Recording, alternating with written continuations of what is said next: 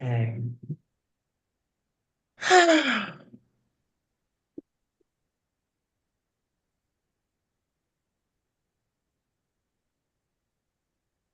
Okay.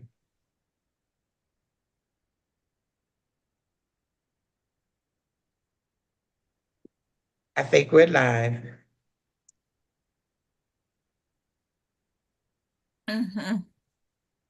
Okay. We're live. I think we're live. Can somebody check and see if we're live? We are. It just popped up on my phone. YouTube. Turn your camera around, Marie. Okay. Listen. Blue chat. I do this every time. I swear I be trying to get better at it. I do, but Lord have mercy, I do it every time. But y'all know what? One of these days I'm gonna get better at it. But at the end of the day, thank God I have amazing guests that make me look good every time. You understand? So this is your girl, Charlotte Van Horn, Black Expats in Panama, and I'm coming to you live tonight with a very important conversation. You know, I always tell people that Black women, particularly seasoned Black women, are leading the movement to BLAXIT. And fortunately, the women that I have on this call tonight are people who have decided in advance that, you know what? We need a plan. We need a plan, have decided that we can do something different with our life. We can escalate our lives. We're at a place in our place in time where we don't have to consider so much. We do have to consider our families with stuff like that, but now it's kind of more about us, y'all. And so that is what we are here to talk about tonight. At the end of the day, women are leading the charge. We're not extraordinarily wealthy. We're not any different than a lot of you that are watching. However, we have done the daggone thing. So what also is very wonderful about this group of women is that they've all been on the BEIP Cultural Relocation Tour. And I'm just very proud of that. I'm always proud that I'm doing this. Somebody mute, please. I'm always proud of the fact that women can come on our tours and feel safe enough to come on our tours by themselves, usually end up making friends while they're on the tour, and a lot of times make the decision to take it the step further. You know what I mean? And we may not have all of the answers. However, it didn't stop us. I'm sure that everybody had their moments of, oh my God, am I doing the right thing? Am I really doing this? But we did it. So, with that said, I just want to welcome everybody to the call and just have my guests introduce themselves um, and tell us what tour you were on and when did you move to Panama. And then we're going to circle back and hear more about your stories. So, let's just do a roll call. Oh, listen, if you guys have questions, make sure you put a question mark before your question so our moderator can, kind of find the questions easily. So welcome to the call. Let me start with Miss Norma. Hello, everyone. I'm Norma Hill. I was a part of BEIP Tour number 14 in December of 2022. And I moved to Panama City on that wonderful date of January the 6th, 2024. Wow. The Independence Day. Yeah. The day that represents needing to make a move. Yes. The day that 2 years before told me get out. Listen, and here we go again. Thank you, Norma. Thank you for introducing yourself. I'm going to whip back around to you in a little bit. Miss Marilyn. Hello. Hi, my name is Marilyn Smith, and I came on BEIP number 23. And I was looking at some documents today and realized that I made my deposit on January 17, 2023. And I came in September of 2023. And finally I went back home, thought about some things, look at some things, because in my mind, May 2024 would have been my move date.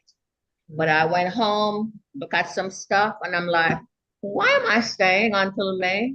So I took the plane on January 9th, and Miss Norma beat me to that t-shirt. Wow. Thank you so much. Thank you. It was amazing having you on the tour, and just taking that courageous step is just off the chain. All right, so we'll come back. Miss Cheryl. Okay, that's a tri-state thing. It is Cheryl. Thank you very much. Good evening, everyone. Cheryl Span, and I was part of BEIP number 25. Took the tour in Black History Month of this year and moved here officially on Juneteenth. You said you were BEIP 25? Yes, What was that, February of 2024? this year. Okay. And then you moved here during Black History Month in May. Is Well, that what you said? Black History Month in February in the States. I took the, Okay.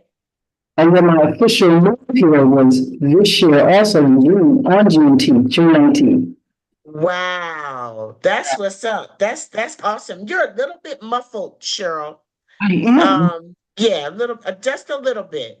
Is that, Say something else. is that better? Yeah, I guess you probably just need to move back a little bit. Yeah, that's much more clearer. Well, thank you. Power to the people. All right, Miss Jackson. Hey.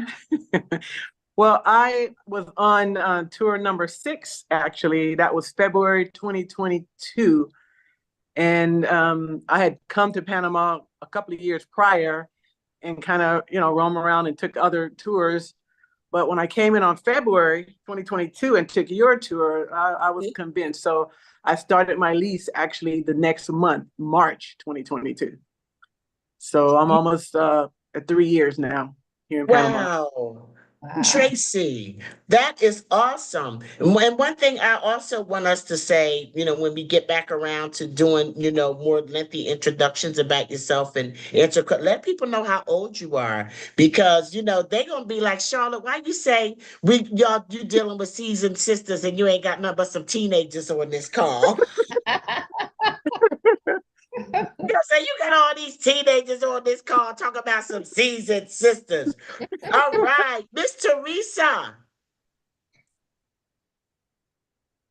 Good evening, everyone. I am so excited to speak to everyone and especially to see everyone, especially since I'm here in North America for almost 2 months now. I'll be back in December. However, my name is Teresa Miller, and I was on the BEIP tour number 28, which was June the 1st through the 5th of 2024. I moved officially to Panama July 15th, 2024. And I absolutely love it here. Love it. So a month later. A month later. Wow.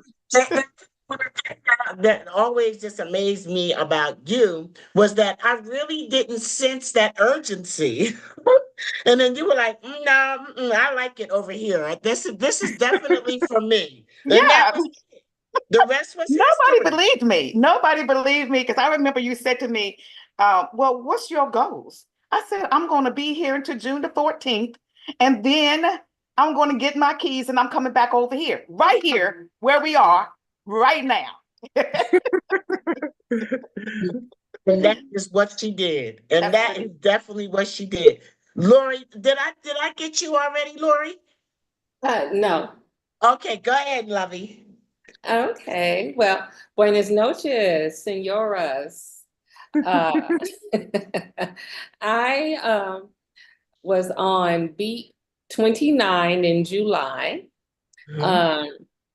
I stayed an additional week because I had already made up in my mind that I was going to relocate, because I reached out to you, I want to say May, The June tour was sold out, so I had to wait for the July tour.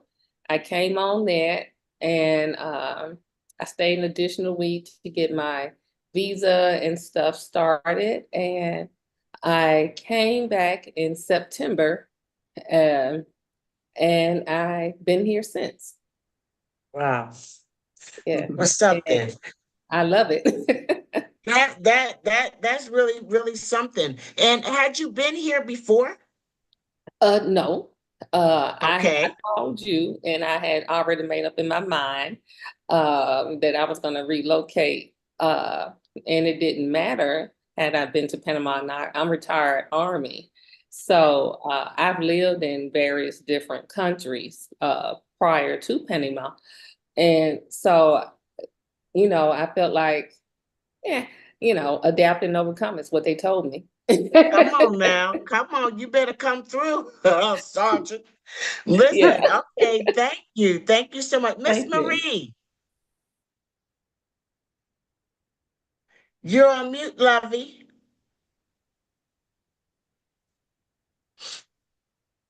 Okay. There you go. Hi. Okay.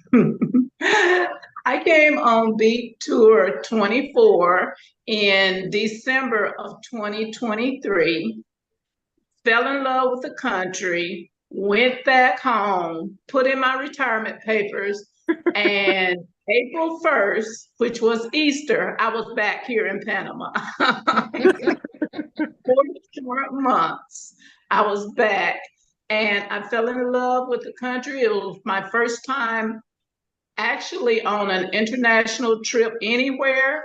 So I was a fish out of water, really. But the only thing I knew was I wanted to relocate. I had done my research. I knew I wanted to relocate to Panama. It checked all the boxes for me. And so I had such a great time on the tour, Charlotte, that I was like, I'm doing this. I am doing this. So I came back, which was Easter Sunday, April 1st, 2024. Quiet on the tour. Sometimes you just don't know, you just don't know what's going through people's mind. And who else was like that was Courtney. Courtney Leak. She was like that. She was kind of quiet and she was like, she was, and come to find out she was reflective. So sometimes, just because a person is not like, over the moon, bubbly, bubbly, bubbly. Now, and like this is so exciting. It doesn't mean that they doing soul searching. In Courtney's case, I mean, she was doing soul searching. So some of you have said, that you just decided that Panama was going to be the place for you. So I'm wondering, first of all, I want you to tell me where y'all are from, and then also I want you to tell me what was the biggest obstacle standing in between you and say, making that move. Like, what were the challenges? What were you afraid? Did your family give you pushback? Were you concerned about leaving your grandkids or just being out here by yourself? What were some of your concerns? And anybody can just jump in. Well, for me, who's that? Go ahead, Tracy. Oh, for me, my concern was, leaving the family and not having them close, and I was a bit concerned there because I'd be so far away. But it seems that the excitement about this new venture that I had come across actually made people or my family more excited for me, my children, because it was more like, well, if mom is happy, if you're happy, yeah, go for it, go for it. You've been here for us and now, it's your time. And they're not too far away. The United States is not far away. It's not not like I can't go back anytime, but they can come here to visit. So that was my biggest obstacle, leaving them. But then they were happy that I was happy, that I had found something that brought me so much joy. Yeah. Now let me ask you this. First of all, how old are you and where did you move from? I'm over 60 and I'm from California. Okay. I'm All right. 60-ish. You 60-ish. You 60-ish. And you don't look a day over 40, baby. That I Well, forgot thank you. to It's that qualify. it's Because those these people papayas like here in Panama. they're gonna be talking about us. And you should see some of like I look at some of my before and after pictures, and some of us will do the same thing. And it's like you just look and feel so much Yeah, better. you do. So And I'm you more look and feel active so here. much better. Yeah, Yep. more active, and it's sun, a lot of sun because it's warm pretty much year round. It's sunny pretty much. So it Yes. just gives you a certain something. Yes. Yes. Okay, Lori. Well, I am 51 years young. Just Uh, made the club. She just made it. and I'm from Memphis, Tennessee. I'm retired Army. I'm single with my little dog who kept trying to get on the camera. And actually, getting her over here was my biggest obstacle, actually, because my vet had messed up some of her paperwork. Oh, So, uh-oh. yeah, Panama Petty. yeah. So, and Panama was not, no.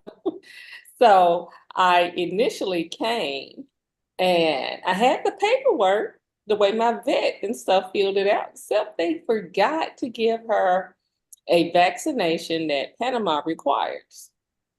So we had to go back to the US and get her those vaccinations because it was 2 shots. Wait a minute. Wait a minute. Are you telling me they rejected your dog? Baby. Let me tell you what they said, what was so funny to me. I was at it's funny now, it wasn't funny then.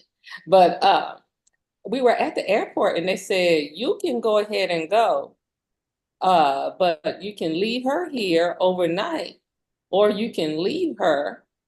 And I was like, leave who? So, so we went back to the US after she stayed at the airport overnight with them. And her vet got a stern talking to from me. Yes. Yes. uh, and because I told them exactly where we were coming, and I made sure they understood, that it was an international trip. And Yes. they said they had all her stuff. They did not. So we end up having to wait 2 weeks in the US because she had to get a series of shots. And then we came back. Well, I think that was a good thing to bring up because a lot of people do ask about, and if anybody wants to speak next, if you know how to put your hand up, just put your hand up on the thingy-majiggy, and then I'll get to you guys. I think because a lot of people do ask about their fur babies, like what is it like bringing, your pet with you? I would have been beside myself, and it's also a word to veterinarians. Just like other professions, there are more people leaving the country now than ever, and they're gonna need to get it together. Okay, they're gonna need to get it together. They're gonna need to look at the detail because you had to take your dog back to the U.S. I and bring did. it back. United Wow. Airlines they flew me back for free. Um, Wow. Well, that was because nice. well, they had to because they also neglected to check Mhm. her papers. And the airline, had they called it in the US, then it would have been easier.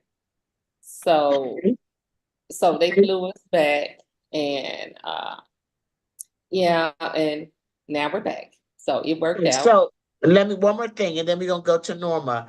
Okay, because we might not get to pets again tonight. But my question is, so the airline also holds accountability. So there's a check and a cross check that's Mhm. supposed to be happening for your dog's credentials, right?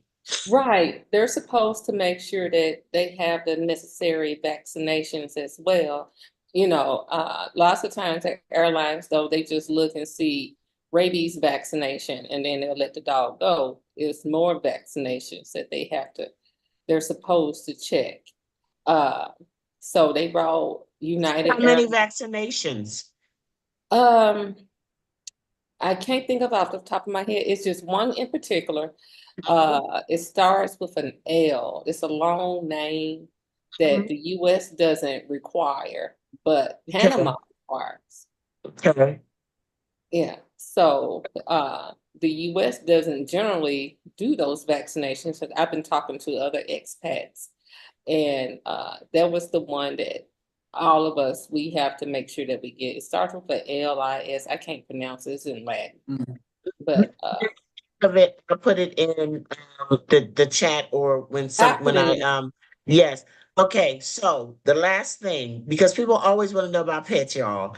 So the last thing, when you finally got your baby here and y'all showed up, did he have to quarantine? They say that your pet's supposed to self-quarantine. So what you're Oh, supposed to do is you're supposed to have your pet 10 days without meeting or interacting with any other pets to make sure. And then and they give you this on the paperwork. So before Madam started, because she goes to doggy daycare now, before she started going, I had to keep her here with me for about 10 days. well, that's good. It's better for them to quarantine with you, because when we were thinking about, well, my cat passed before, I made my permanent move.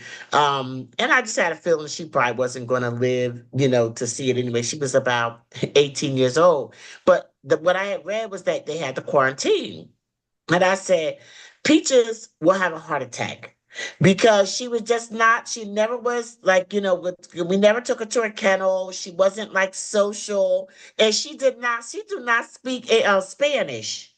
So I'm just gonna be like, what in the entire hell is going on here? And what are these people talking about? Because she understood English, but she would have been totally confused about the Spanish. So thank you very much for sharing some of that. Miss Norma. I saw in the chat where there were a lot of questions about, are there many Black expats there? Where are all the Black expats? Yes. And that was one of my only concerns, because my family was supportive. There goes Auntie Norma again. Everybody's like, okay. So my family didn't have that concern, but my number one concern was, would I have community here? Because I was leaving good friendships, sister girls, etc. I hadn't lived near my family since 1985. So it wasn't that, but it was just that I had such strong friendship base that I was really concerned, would I have that? The first thing that told me I would have that was the BEIP tour, was when I went on tour number 14, because there are still people from that tour right now that I'm talking to. And whether or not we're living here or not, we are still in community with each other as just being a part of that tour. But those who were a part of that tour, when I first came just to get my temporary visa, instantly it was like, oh, come on to lunch. But I moved here, and the person that was going to move with me, and nobody else came. I came, and all I can say is now I have sisters, I have friends, I have associates, I have a larger friendship group here. Yes. Than actually especially among Black expats. Yes, that's true. Yes, than what I had actually back in the United States. And I moved here from Miami, but I've lived in 4 cities. Miami was the last one. So I just want to say that one thing that tour told me is that there would be community here. It also showed me that this was a country where I could live as an African American. I was very concerned about that as well, because I didn't want to jump from, as they say, from the frying pan into the skillet. Yes. But I love seeing myself, even if it's a little bit of myself everywhere I go here. Mhm. And I can only speak for those in Panama City, but I do know that we live everywhere throughout this country. But I think the majority of us are probably in Panama City. Mhm. And you never have to worry about being alone. Fire in my building, I got 20 calls in 10 minutes. That's how strong this community is here. Madam? Okay, I just wanted to echo, first of all, I'm Cheryl, and although I'm not an adolescent, I am forever 21. So that's Norma's point. My biggest concern was community, because I have a relatively decent community. And what I found out when I got here, oh, and I'm gate number 25. And Charlotte, you know, and others may know that the folks that I met, I'm still with. Mainly the Evans and Thomasine and folks like that. So, and then I met, you know, other sisters throughout different chat groups. But what I found out once I got here and started building community, the folks that I met here, I felt like I've known for a lifetime, and the folks that I thought I know for a lifetime, I'm just beginning to understand who they are. What they have in common is the frequency that I left in the US, I found here. Oh. The ongoing conversation with someone that, you know, and there's some of us in the circles that I frequent that will say that, you know, you remind me of my whatever, and there have been conversations where I'm out with a number of folks and come to find out they're from DC and they lived up the street from somebody and they stay in the people. I mean, you just never know.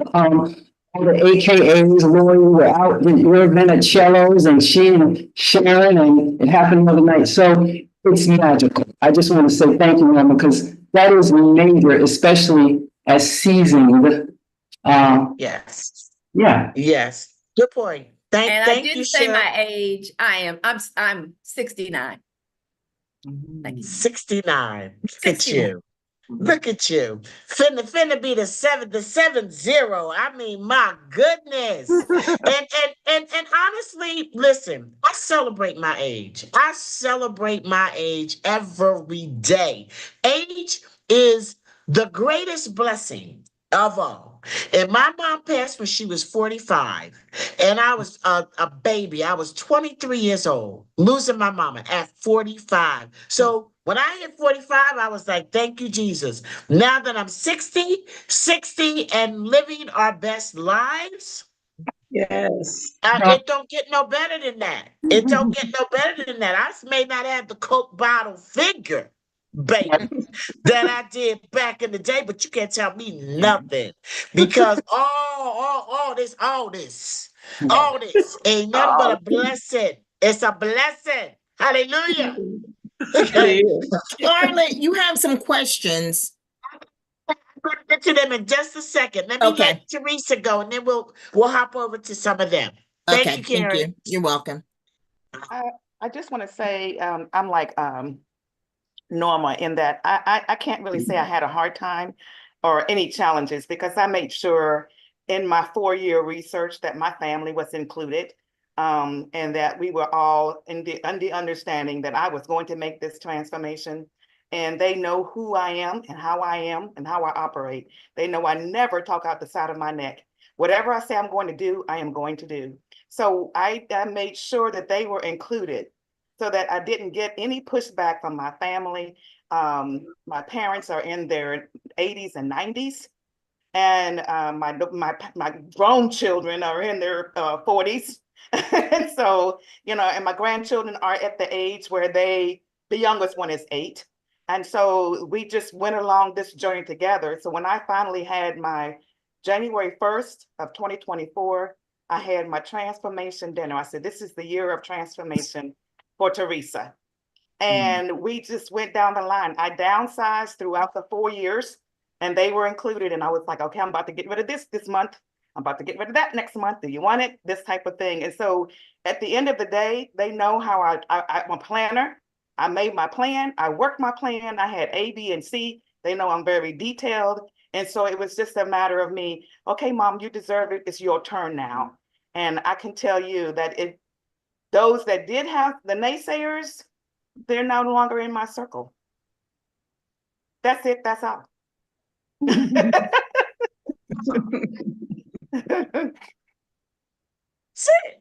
Sit. And not everybody going to be able to go some of the places that you go. Okay, let me hop over to some questions real quick. Karen, you want me to just look at a few and go? Okay. So, I think it came up, how big is the Black American community? Well, I don't know. And the one thing about, knowing these things, a lot of the data does not include ethnicity. Something tells me that it will, eventually, because it's a thing, you know what I'm saying? But doesn't really include ethnicity. Oh no, though. I swear, I think if I had to guess, if I had to guess, there's probably, and y'all tell me what you think as far as like in the city. So in the city proper, right? Or within the city province.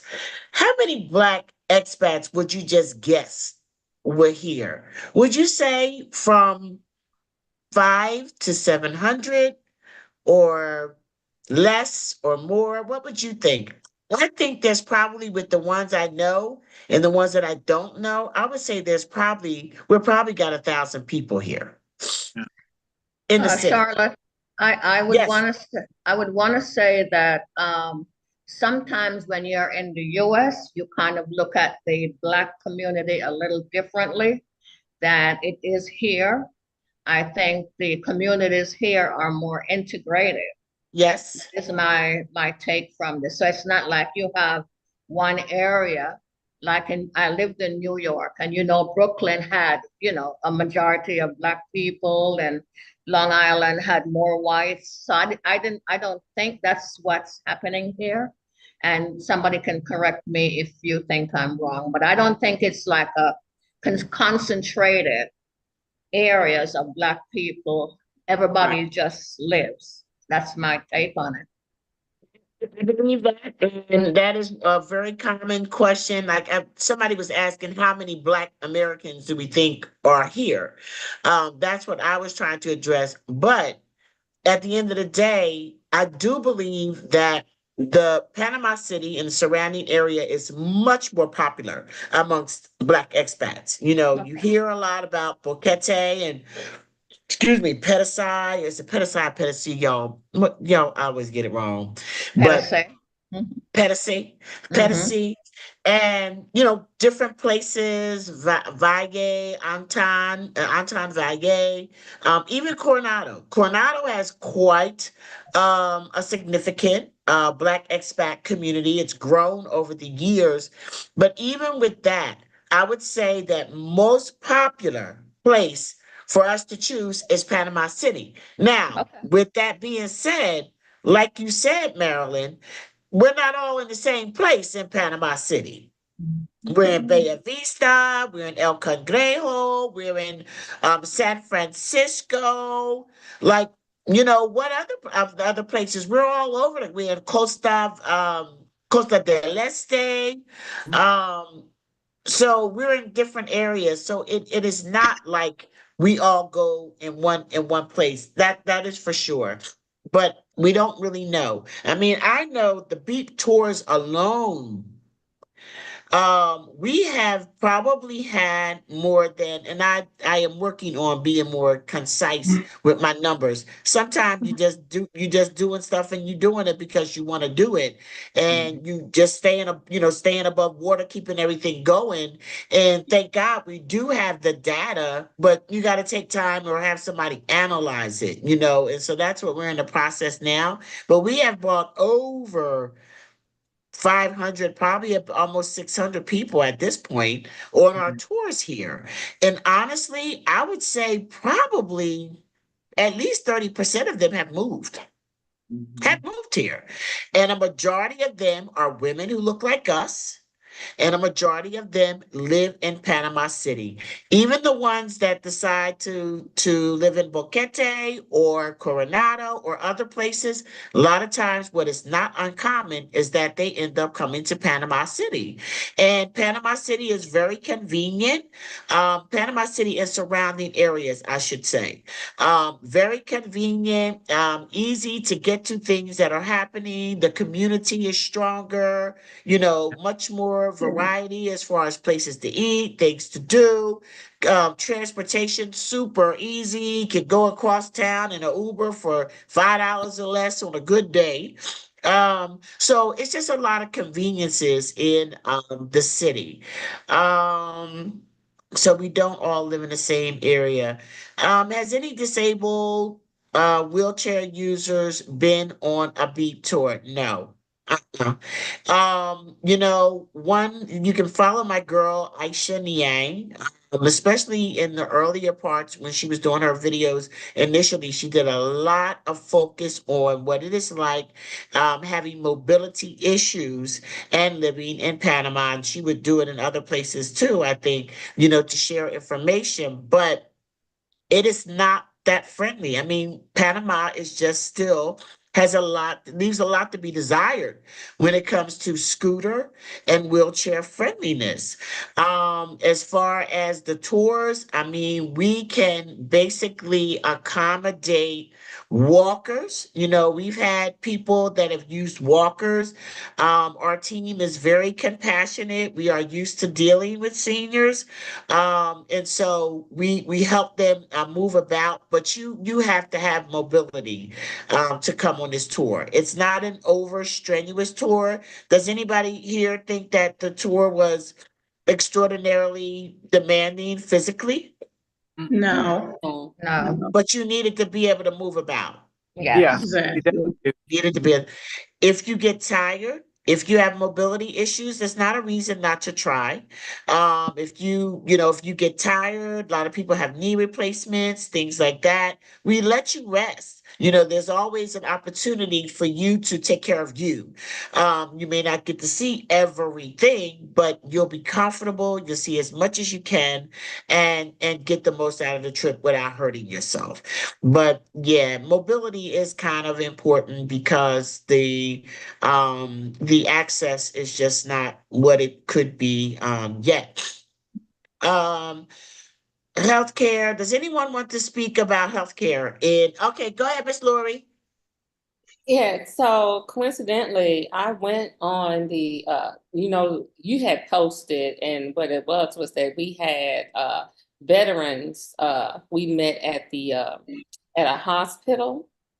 And they were talking about the healthcare for vets, and I am a disabled vet. And the system, I want to say it was Hospital Nacional. Hospital Nacional had a lot of already, they're used to working with veterans, so they're very veteran friendly. They take the TRICARE. Some doctors, they're saying a lot of doctors have stopped taking the TRICARE because they had an issue with some hospitals, not Hospital Nacional, maybe overcharging TRICARE for stuff. But But once you have to get into their system as a veteran, Yeah. and they'll give you information, you fill it out, and only thing they require is your DD 214 and then just your health records. But they're gonna send you an email, and then you can take your DD 214 down there if you want to. I think they said they're on the 3rd floor, or but they do have to get your health records from the VA. And they'll walk you through that because they also have a liaison that works for the US on behalf of veterans. And then just FYI, the VA also has an office there. And if you're a US civilian, they'll still try to work with you and point you in the right direction. They don't necessarily require that you have to be a veteran, even though they're there for the veterans.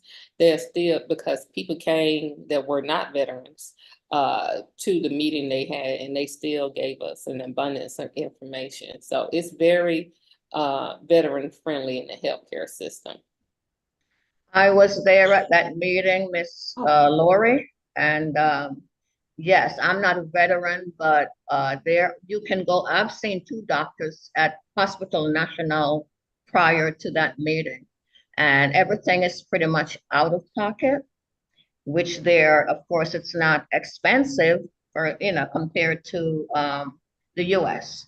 I saw a hematologist, and that was $50. And I saw a cardiologist for a checkup, and that was $150. But for anyone who's asking about having insurance in the US, I just want to let them know it's not accessible use here. You cannot use it. You cannot pay for your care with your American insurance, which may be Medicare Advantage or Medicare or, Aetna or whatever.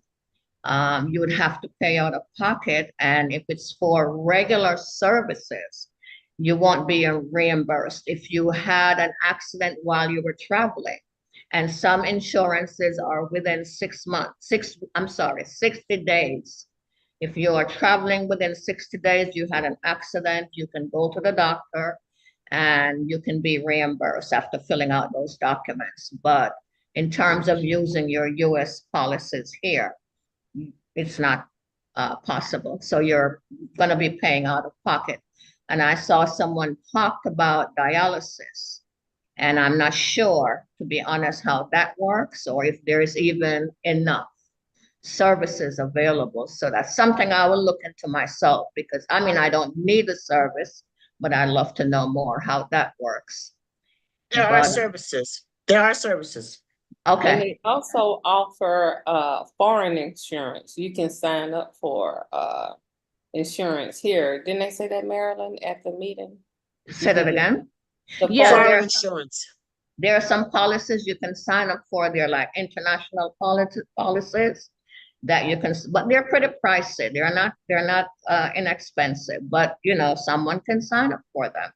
And just to be sure that the hospital you want to go to does accept it, because they can be picky also. But where do y'all live? I'm asking, I'm just shifting gears a little bit. 'Cause people want to know, where do you live? Where do you live? Tell us about where you live, why you chose where you live, and what is, some ranges, if you're comfortable in sharing, what is some ranges in pricing where you live? You want me to talk? Go ahead. Yeah, whoever wants to go. And if you want to talk, just put your hand up. I don't know how to do this. Okay, no problem. Go ahead, Marilyn. Okay. All right. So I came in January. Like the other ladies who said they had the support of their children, I didn't have that. They were resistive. Coming to Panama was not a new idea for me. I did my research really over a 10-year period. And I came across another relocation service. However, they didn't offer the Black or the African-American perspective to Panama. And I've been to Panama before, about 4 times before. However, I chose your company because you offered the Black perspective. You offered about Cologne, and I wanted to know more about that. So I chose your program. And believe me, I made some friends. I still have one young lady. She lives in Georgia also. And I didn't say I left from Georgia here, from Atlanta. I'm originally from Jamaica, but Panama, took over from Jamaica. So here I am. Again, my friends were very excited for me, cheered me on. They couldn't believe that I was doing this by myself, but my children were resistive. However, we're working things out, and they have not said you should go or you should go, but we are Well, here. clearly you chose you. Yeah, of course. And I miss my grandbabies, but I have Yes. a life to live. And for all who wants to know, I'm 30, turning 70 next month. I'll be celebrating my 70th next Yeah. month, and I'm so happy to But why say was you get ready? But Marilyn, was you getting ready to say you was 30 something? Yeah. that we can do 35. We will go with that number. But So yeah, tell Marilyn, please just tell me where do you live? What part of the where city do you live in? I'm in Paitilla. I'm right at the end I of see. yeah, at the end of the Cinta Costera, the walk Uh-huh. Uh-huh. across from Multi Central Mall, Uh-huh. Avenida Balboa, and Uh-huh. Via Italia. So I'm in Paitilla. So And you I live live here. I have a 1 bedroom, 1 bathroom, really spacious. It's an older building, so the rooms are bigger. And I was blessed to pay less than 1,000. Good. Good. Thank you. Is it a walkable area, Patia? Oh, very much so. Everything is here. Okay. Everything is along Avenida Balboa. This morning I walked to Super 99 from where I live. So everything is right here. The hospital, Paitilla Hospital is in walking distance, so yes, it's very walkable. Everything is right here. Novi, I Hospitals in mean, the city all, too. Quite a few hospitals in the city. Thank yes. you. Thank you, Marilyn. Miss Teresa. Okay, I don't, first of all, I'll be 70. No, dang, I'm aging myself. I am currently 66 in 7 months. In a couple of months, I'll be 67. And I'm Uh, happy Okay. to say that. I'm not ashamed at all. yeah. But I just want to say this, that in Panama, the asking price is simply that, the asking price. Mhm. Everything is negotiable. I live in Punta Pacifica, and my monthly expenses are between 2,000 and 2,300 a month. It includes rent, utilities, Uber, eating out, groceries, social events, and occasional payment schedules for extra traveling events associated with Black expats in Panama, such as the yacht cruise, Sistas cruise, Ghana, all of that. I'm a bargain and a coupon woman. I'm enrolled in every rewards program that there is in Panama. And I also am enrolled in the Oferta Simple, which is simply like a Groupon. I'm a subscriber to that as well. So just know that when people ask, what is the price for this? What is the price for that? It can vary. It depends, one, upon your negotiating skills. One, and what I may pay, you may not pay. You may pay lower, you may pay higher. But just know that the asking price is simply the asking price. Always know your budget and do what your budget says, not what my budget or anyone else's budget says. Do what your budget says.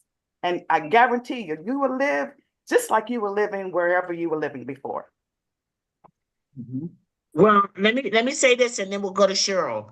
I was talking to somebody today, and what happens too often is that we look like, when you say you could do all that on $2,300 a month, somebody out there is saying, bet I am there, baby. Well, it's $2,300 a month here.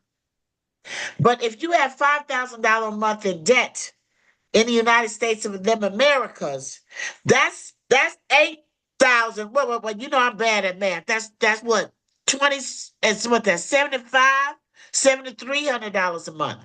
Okay, you can't add this stuff on without handling some stuff that you have in the States. Don't just come and say, and please do not try to leave your debt, because the US can be like a scorned lover. You do not want to have no issues with them. You just want to leave. You want to leave. You want to leave them with their pride, and you want to leave decent and in order. because I've seen too many people have to go home and take care of their mama. They underestimated the cost Yeah. of maintaining here. And if you sell a house and you get 6 figures back, and some of us are definitely blessed to do that. I don't care how many figures it is, unless it's a million or something like that. As long as you keep taking from it and not put nothing to it, you finna run out at Yeah. some point. You know, especially if you wilding out, because these black expats in Panama will have you out in these streets. Okay, Sure, yes. and a lot of the things that we do, a lot of things are free, but you eat it, you drink it, you cabin over there, and everything, and it costs. You know, Yeah. people you have to select. Okay, what I'm gonna do. You know, so I just want to say that, and I'll say one more thing, and then I'll go to Cheryl. I know this is not popular. I know it's not, and I don't care. At the end of the day, we need to do what we need to do because we need to do what we need to do. And if that looks like bankruptcy to you, huh, people have filed bankruptcy for less. I'm Mm. just saying. Okay? If bankruptcy is your path to freedom, you just got to be free. You understand? Because coming over here, you may have some consequences and repercussions because all of our actions are subject to that. However, if you are eligible, particularly for a 7, where you can just release that debt, don't consider that. Because Mhm. at this point, listen, I'm Malcolm X. By any means necessary. By any means necessary. What they gonna do to you? Most of us on this call is 60. I mean, or listening to this call is 60. You know, you can come over here, you build credit in a different way in Panama. Not to say that it may not be an inconvenience at some point. However, I do believe that it is an option that should be considered. And if your previous and about to be president again Mhm. can make a life and be just honored and glorified for all of his bankruptcies, don't let nobody make you feel guilty about restructuring your debts. That's right. I hear you. Said what I Say that. said. Get free. Look, give us free. Give us free, baby. That's all I'm saying. You know, and if you come here and of course bankruptcy is one option. Just don't rule it out. But also plan your work and work your plan. I don't care if it's gonna, you can come and let me tell you, Miss Teresa lives, baby. You understand? And oh, she lives. I understand the words that's coming out of my mouth. However, come and live and not be worried about the garbage behind. You got to handle your business. So if you need to restructure, eliminate some debt in order to get to this place, please do so. With these results in the election, I'm finding a different type of people coming to me. I have been so busy. If I've been a little bit slow returning calls or whatever, it's because let me tell you something. These tours are flying off the shelf, and people want to know what are my options? How do I get out? But what I don't want you to be is moving in fear. I don't want you to do that. I know that we need to be concerned, but God has not given us a spirit of fear. Okay, that's not from God. Okay, so what we need to do is plan our work and work our plan. Ask God for wisdom, discernment, and witty inventions and ideas. And let's do this. Okay, so go ahead, Miss Cheryl. I said what I said. Amen. What am I answering? What's the question? Where do I live? And, Where you live? Where do uh, you live? And what do okay, you like about it? everything. And I am Avenida Balboa and, Bay Vista. And I have at least a dozen folk that are my neighbors right in this area. and we can all walk to each other's apartment. And African American, Haitian, Jamaican, it doesn't matter. That's what we do. So there are pockets of us throughout this area. And apartments over here depends if you want to look at the ocean or if you want to go around the corner. So, and it depends on the size, anywhere from 900 to, my experience has been like no higher than like 1,500 in the area that I'm in. And so every landlord is different. I'm still learning how the real estate works here. And buying apartments is really new to me, to buy an apartment. That's just like, wow. So yeah, it's like you said, work your plan and modify going out in the streets, because before you know it, it's like, I can afford this, I can do this, $3 for Uber. Every time I think about going, you know, from one block to another, it's already $7, $8. So just plan wisely. Yeah. And I have to give a shout out again. Aish, a broad ability, she's just getting the shout outs tonight. Because what you just said was very important, Cheryl. You said that it depends on your view. You know, what you looking at. You know, what you looking at. And Panama City has some amazing views. And if you looking at the water by day and the city lights by night, that's a premium view, baby. Okay? That's gonna cost you. You know, location, location, location. However, Aish did something that not many vloggers do. Baby, she took you to the backside of one of these beautiful high rises on Avenida Balboa. And she said, yes, there's prostitution. You know what I'm saying? There is, it's not all beautiful views, because there's some reality that goes with that as well. So let's just, you know what I'm saying? So I appreciate you mentioning the views, and I appreciate Aish expressing that all the views are not water and, you know, lovely water and night lights. Go ahead, Miss Lori.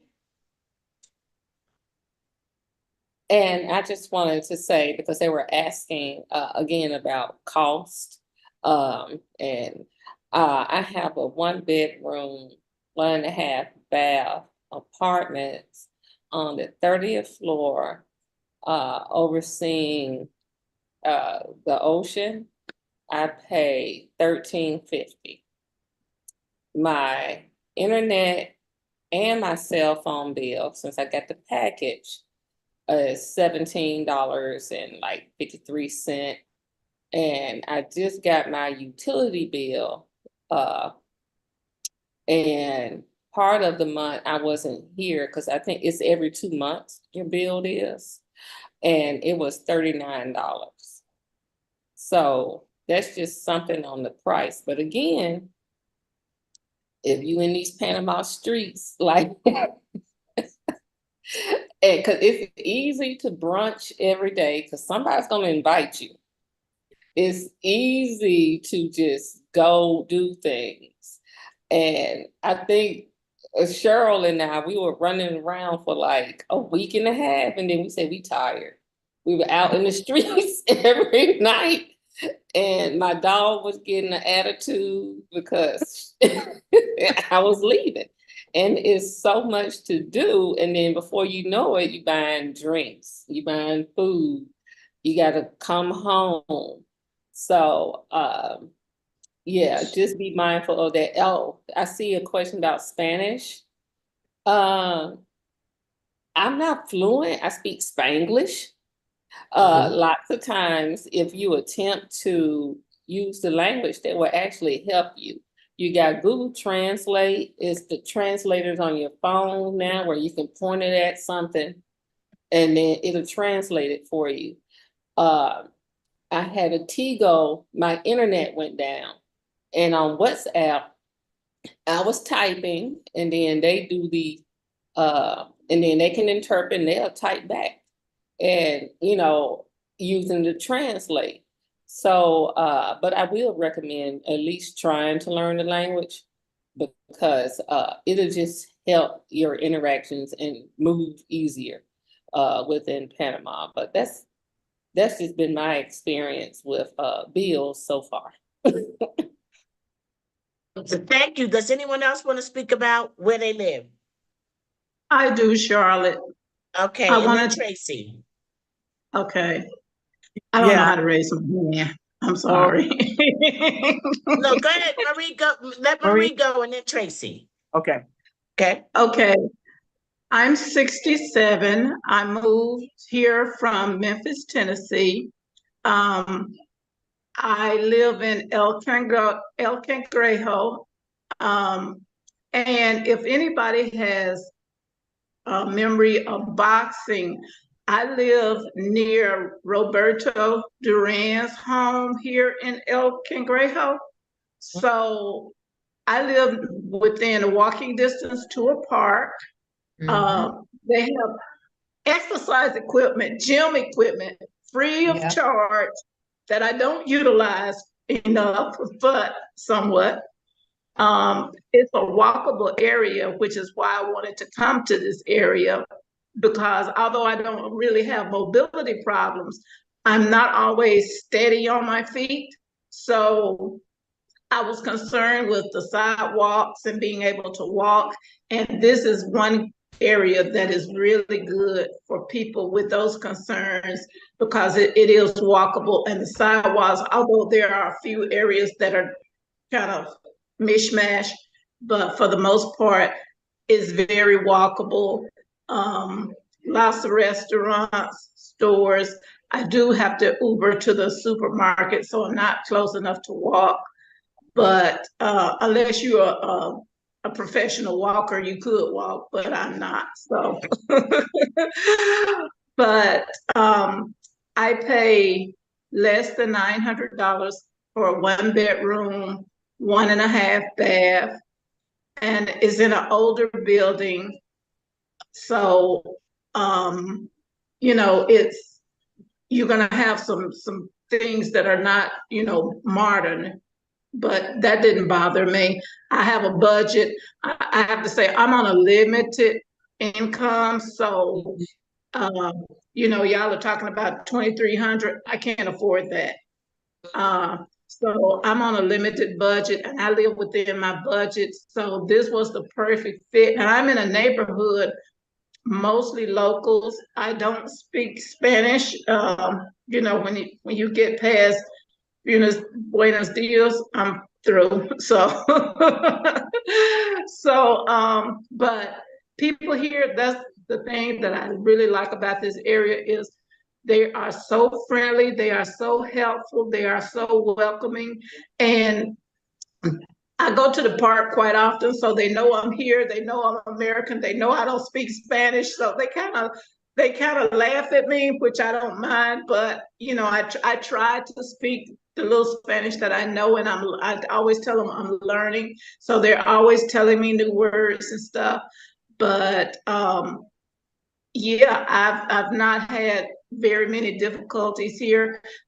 My biggest issue is the language. I wish I had really studied some Spanish, and I didn't. So when I tell you I really know no Spanish, I really don't. I rely on my phone for translation all the time.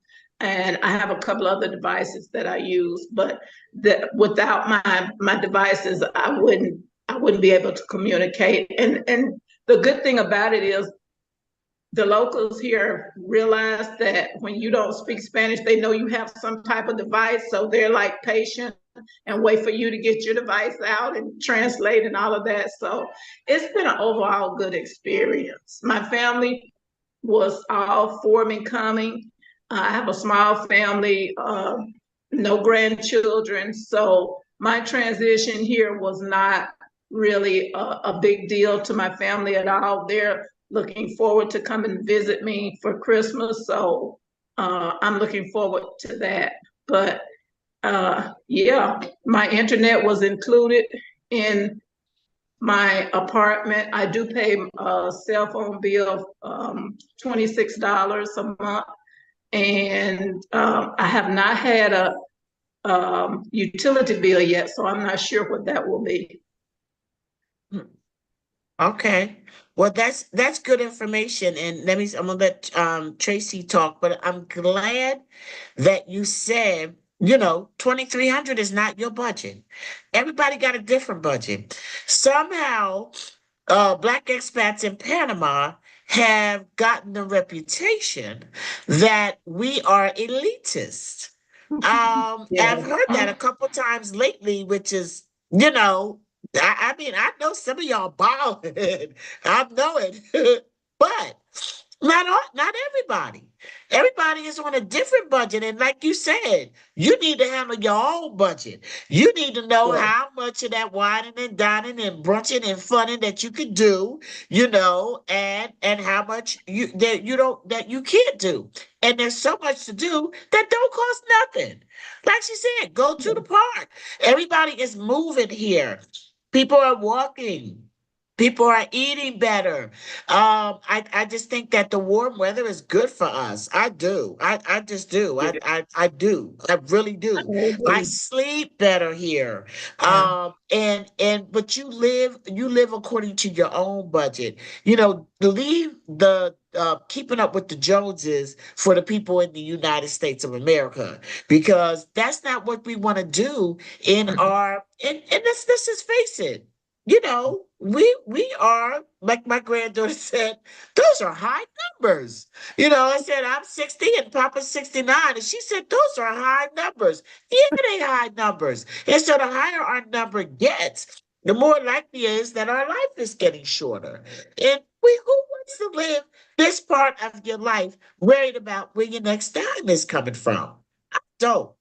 And I encourage people who are on smaller incomes, smaller retirements, to consider the relocation, because more than likely in some international space, even if it's not Panama, Panama is not the least expensive place to live.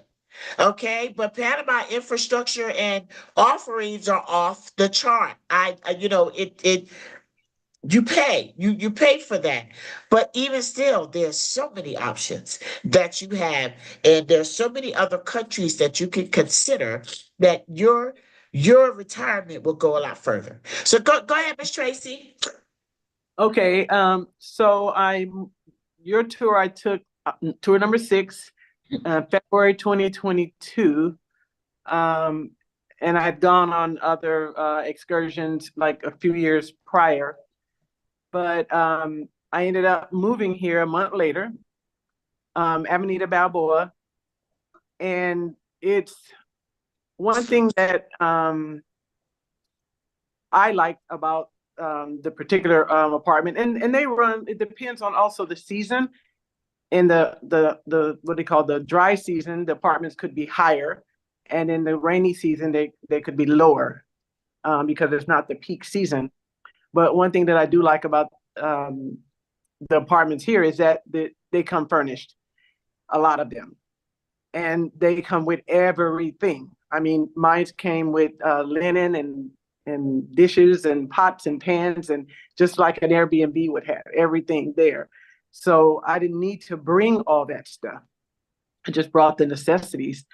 And the in a peak season, a 2-bedroom, 2-bath could run like 1,600 Avenida Balboa. Water bill was like $30 a month. The electricity, it just depends on how often you run the air conditioner. It's pretty warm here, but if you run a fan as opposed to an air conditioning, it could literally slash your electric in half. I found, at least the fan that I bought. And that's a good thing. So that helps with the budget, and you don't have to leave the air on all day long and all night long, But just the idea that after the tour, I went home 2 weeks, came back, just brought pretty much the necessities, right? Because everything was here. So it's very important not to overpack or overpack, because, Yes. a lot of things you can still get here. And the prices are, on some of the stuff, it's pretty reasonable. And it's not 4 seasons. It's not four seasons. And since, I moved here, and I had family now that have come and gotten their residency, is moving here and coming here and on their way here too. So, sometimes somebody just needs to kind of make the way or cut the path, and then, people will come and the family will come, and they'll, they may like it and they may end up moving here as well. Thank you. Yeah, that's good stuff. And Miss Norma? Unmute myself. Yeah, I was going to go along the same path Tracy was taking, because I saw a lot of people were asking about relocation expenses. Mm-hmm. And for me, that was important, that I, number one, could decide what it was that I absolutely needed. Now, one thing about coming on the tour, I had an opportunity, some free time to look around, look at the stores, see what was here that I didn't need to bring. Exactly. There was a lot that I did not need to bring, but I could figure that out. And then, as Tracy was saying, most of the apartments, they're going to come with your basic furniture. There are those that are unfurnished, but the majority of them that I saw came with your basic furniture, your bed. And I have a 2-bedroom. They came with the bed. I'm on Avenida Balboa as well. I say that I'm on the south side because I'm in Caledonia as opposed to Bay Vista, etc. So, but, and the thing about it for me was I did yard sales. I did Facebook sales. I released anything heavy furniture. And the only thing that was important to me was my artwork. I needed to bring, I had an African art collection. I needed to bring my mask. I needed to bring my pictures. You can see if I do this, there's one right back there. It made it. Yes. I needed to do that. But also that it is not inexpensive to ship furniture. It is not inexpensive to ship large amounts of household goods. Even my clothing, I was grateful to really release a lot of the clothing. And I will say that I've had some fun replacing it here. It's a good thing. So really think about what it is that you absolutely have to have, that you have at home.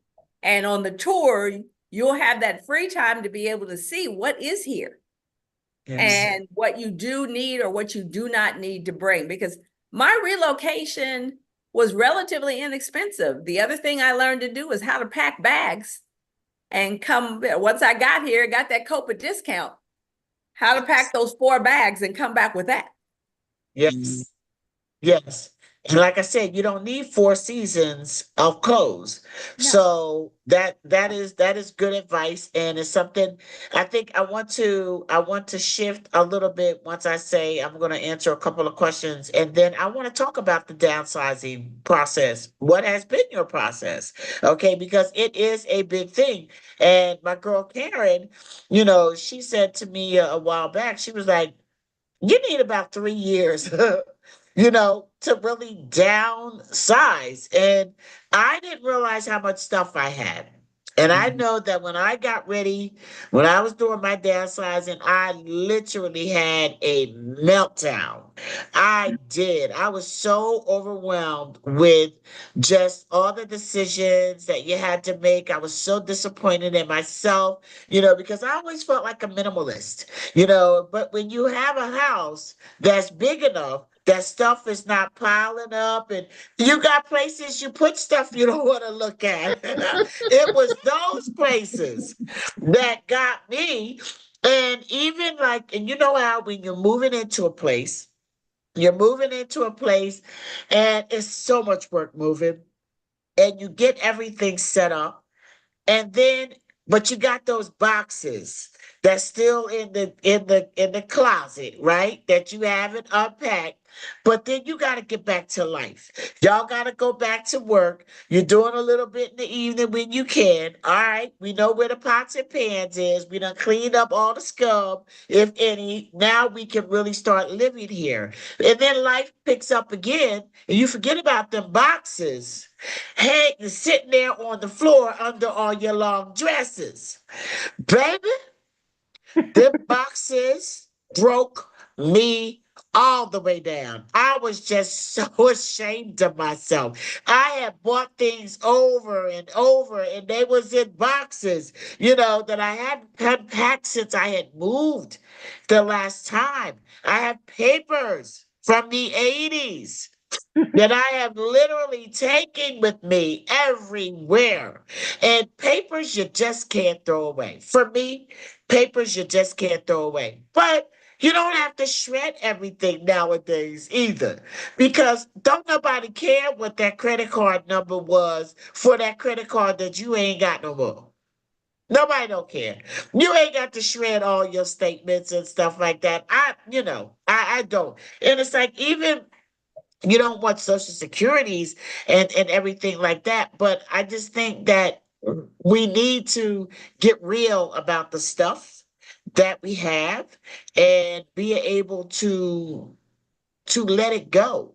That's a big part. So so I'm I sorry, just want y'all. to say, I want to throw in that Yes. storage facilities are expensive. Yeah. We have people here who are paying up to $300 a month just And for they the booby traps. storage facilities. They're booby traps. Yes. They get you in. They offer those amazing specials, and Mhm. after about 2 months, your stuff is Yep. there. Apparently, Yep. it's stuff you cared about, or you wouldn't have paid to have it stored somewhere. And then you're Mhm. at their mercy. Them bad boys is going up every 3, 6, months. And next thing you know, you're at $300 where you had move in now, first month free. $100. And they get your stuff in there, and then it's boom, stickety boom. It's boom, sticky boom. Let me ask this, and then I want somebody else to chime in on downsizing, because the thing about seasoned sisters is that we got some stuff. Okay, so there's questions about the tour. The tour is $1,750 per person, double occupancy. Okay. And the prices are going to have to go up, guys, because the demand and because of the things that are happening in the United States. I just decided to keep the prices at 2024 until further notice. But the notice is about to be coming. Okay. So definitely want to take a look at that. It includes everything from your transportation to and from the airport to your hotel accommodations, all but 2 dinners during the time that you're here, all of your cultural experiences, all of your real estate tours, all of the Isla Mame, all of the meeting with the professionals, and connecting you. We also try to connect you with Black expats who are living here in Panama while you're here, so they can tell you right off the bat what's really going on. So get at me if you want to know more about the BEIP Cultural Relocation Tour, because it is amazing. Now I want somebody else to chime in on their downsizing experience. What helped you? What method did you use? Okay, go ahead, Cheryl. I had a very similar experience, and Lori's smiling because I told her, when you have a house, and I thought I was a minimalist because you can see everything, right? You can see clear across because I don't like a lot of walls. You can see the hardwood floors, blah, blah, blah.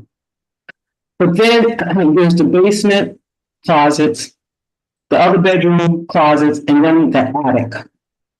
I literally had to get my coach to coach me through that because it is emotional, it's overwhelming, and you can end up in fight, flight, or freeze. It's like I didn't realize, and it's emotional. So I needed 6 months. I gave myself 6 months with a storage fee. And it's working. So when I go back next year, I'm just gonna let it go. I remember what I needed to, so those are the things that I went back. And the things that I can't recall, obviously, there's no need. So if you need someone to help you get on a, plan to go through that, set it up, trash, whatever, re-gift, whatever your, method is, do that and give yourself 6 months or however long you need, because it is a grieving process and it's all based on your past. Good word. That's a good word. It's a big thing. And start now. Start now. Anybody else want to share their declutter experience? Go ahead, Marilyn. Yeah, it was tough getting away, Uh-huh. in the initial stages. And then when I left, I rented a storage. And yes, they start adding up after, a few months. And my decision was to go back and empty that storage unit out. So what I did, I got one of those companies that pick up used items. What do you call them? Charities, one of those charities. However, some of them are charging over $200 to do your pickups. It's not free anymore. Yes. So they're charging a lot of money to pick up those things to take, because they're using private trucks. So I found one place that was able to do it for me, and it took a lot of planning. But they came, and there are certain things they don't take. It was tough. So I went back in June and I got that done. I ended up giving away a wonderful new bed that I just bought prior to leaving, but it wasn't worth it for me to bring it here. So I had to give that away. I had to set up for some other charities to come and pick up the things that this particular charity didn't take. So it was a long process. And so anyway, everything is cleaned out. I have a few boxes that my daughter is holding for me. And at some point I'll have to figure out what to do. Those are old photos and some certain Yes. documents that you need to hang on to for a while. But it is an emotional process. It is a hard process. It takes time. So Yes. again, as you suggested, people should start, a year, 2 years Yeah. prior to moving, start the move, downsizing. Yeah. Yeah. Bring those things that bring you joy. Yes. When you're looking around, it's really good to, I have this silly reindeer that I got from Goodwill, I don't know how many years ago, and I put it out for Christmas. It's like a pewter type reindeer. And, it doesn't even look like something that I would buy. Mhm. Because I like African art and it was important to me, like Norma. I brought a lot of art with me, and that's what makes me feel at home. What's Mhm. going to make you feel at home? What are you going to use to connect, to bridge where you came from and where you are? Right. And I feel like art and things that bring you joy. There's certain pieces of furniture that are your favorite pieces Mhm. of furniture. And when I moved my things, we did a big move. And when I moved my things to my home here in Panama, it brought me such amazing joy.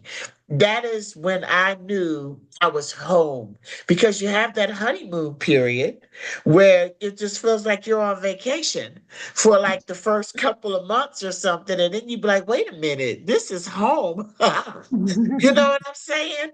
And I felt like, wow, I felt like when I bought certain things from home that it was the best of both worlds. It was the new world and it was connected to things that brought me joy. That reindeer, I have that reindeer. I don't take it down even after Christmas, because guess what? I don't know why, but that reindeer brings me joy every Yeah. time I see it. And that's what it's about. What brings you You. joy? Yeah. Anybody else want to just speak on the downsizing part? No? Okay. Yeah, I want to say I had to resort to giving a lot of stuff away. Yeah.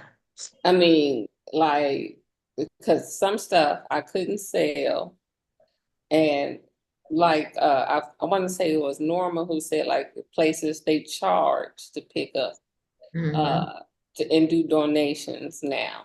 So that really blew my mind because I had this huge furniture bedroom suite that I got from Germany. And I loved it. It was, just good, solid wood and all it. Yeah, they charged me $200 just to take the bed. And that was it. And I was like, oh, wow. Because the bed was huge. It was one of those princess type beds.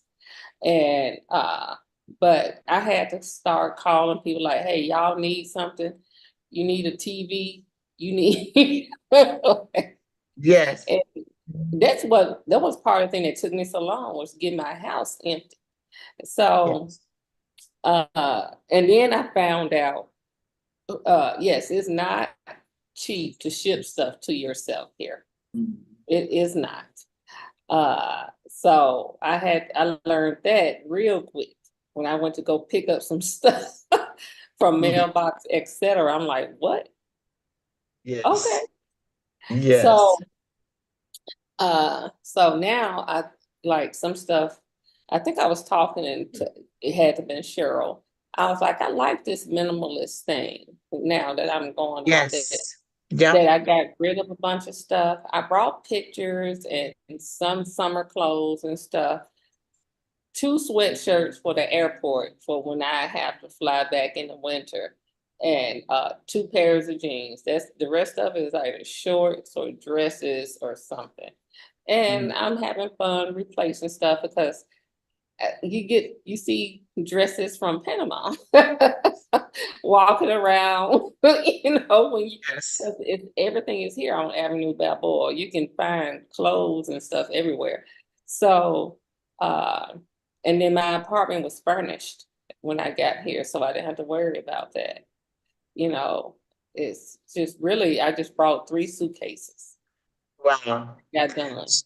So has anyone rented their house in the States and moved to Panama, or has, people sold their house and moved to I sold Panama? mine. How did you sold yours? Anybody rented their house and moved to Panama? I sold my house. And I sold my house, and I thought it was, when you've been together with somebody for so long, and I just had my anniversary on November 7th. When you've been together with somebody for so long, you're always looking for new things to do. And so me and my husband, we sold our home in Virginia, and it was a pretty good situation.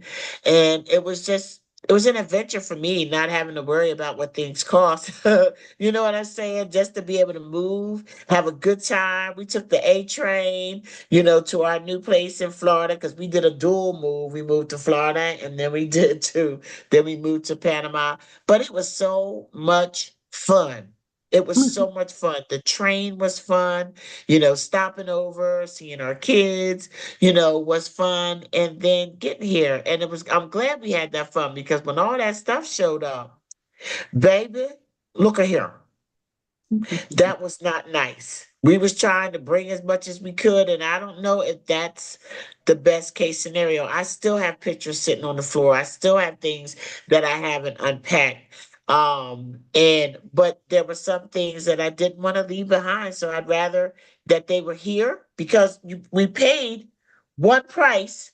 It was just what you could fit in there. So my thing was fit what we can in there, and then we'll work it down to that after everything there. So before we move on, does anybody else want to share about downsizing? Okay. What I what I want to ask next is how often do you go back to the United States? When you first moved to Panama, did you go back more? Do you find yourself going back less? How often do you go back to the United States, and what is the feeling? For me, I've only been back once, 6 months after I came. and I plan to go in another few months. So it's probably once a year.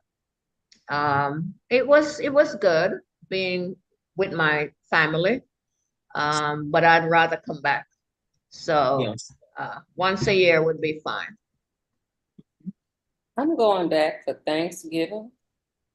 Um, when I went back to get my dog, I was sharing with some people like I just felt sad. I'm feeling sad right now, thinking about the fact that I have to get on a plane in a couple of weeks, and I'm only giving it 6 days, and that's 6 days too long, in my mind, because yeah, I really don't. It's a lot. Yeah, it's a lot, especially that as a veteran, what they just did.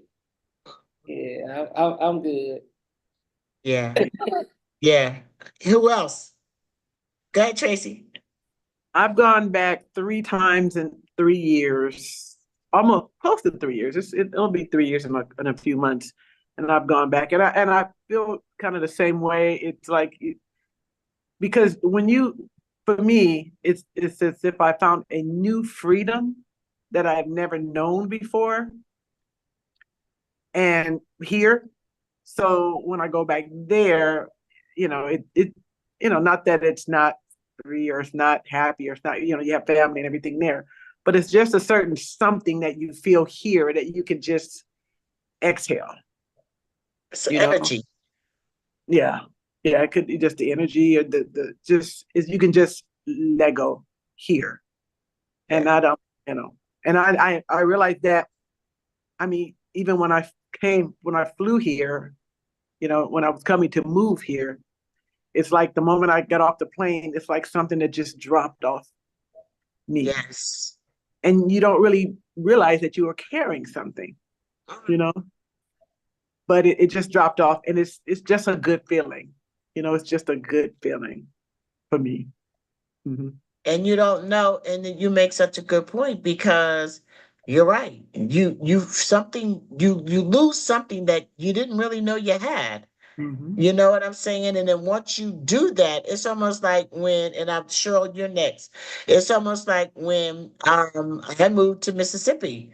I moved to Mississippi, and I mean, I left from Mississippi. I had what, $40, a Foot Locker, and a 6-year-old with me. And I didn't know how things were going to turn out. I moved from, the East Coast to Mississippi. And but when I got to Mississippi and I got on that boulevard, 90, Ocean Boulevard, and just the Holy Spirit just said, it's going to be okay. I experienced a peace in my life that I had never just a peace came over me that I had never experienced in my life.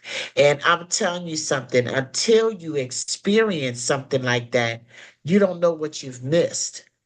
You don't. You don't know what you've missed, and it could mean something different for everybody. But I have found myself chasing that peace ever since that day in 1993 when I was on Ocean Boulevard. And I mean, it's priceless. And go ahead, Cheryl.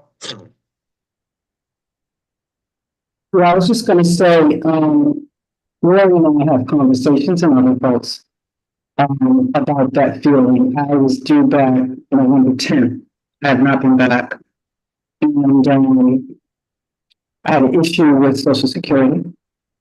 They just couldn't explain something. And so I was advised to just go home. I had a return ticket. But I didn't want to go home and do it social, and I didn't want to go to the state. Excuse me. You got to get in the headspace to do that, right? So I'm getting triggered. So my background is social work. Everything, Tracy, you have said, and we all pretty much have experienced going back and forth. That's your, it's called vicarious and secondary trauma. So, it really become wrong. So when we're always in that kind of fight, or freeze you. There's no rest, right? Violence, Yeah. violence. When you leave, the weight starts to come down.